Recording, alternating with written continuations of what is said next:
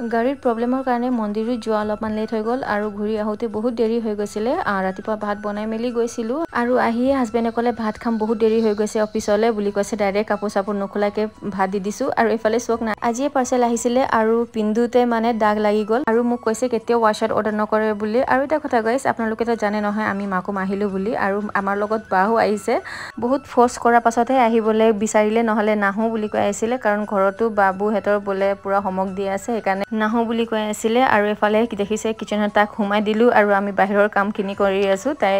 চব্জি বনাইছে 3-4টা আইটেম কি বনাইছে তাই জানে তাক অকল হেল্প কৰি দিছোঁ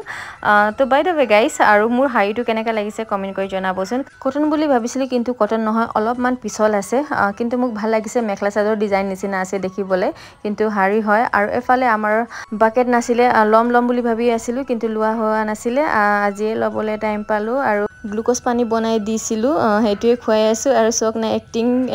টেষ্টি বুলি ইমান ভালকৈ কৈছে সি তাৰপিছত আকৌ বাই কি বনাইছে আপোনালোকক অলপমান দেখাই দিছোঁ এইফালে চক এইটো কাচকল আৰু চব্জি মানে কিবা ঝোল টাইপৰ বনাব বোলে মই নাজানো কেনেকুৱা কি বনায় আৰু আজিতো মই নাখাওঁ তাক কৈছোঁ যে মোক বেলেগ দিনাখন আকৌ খুৱাব লাগিব আমাৰ কাম মানে ভাগ হ'বই লাগিব এজনীয়ে কৰিব কেতিয়াও নোৱাৰে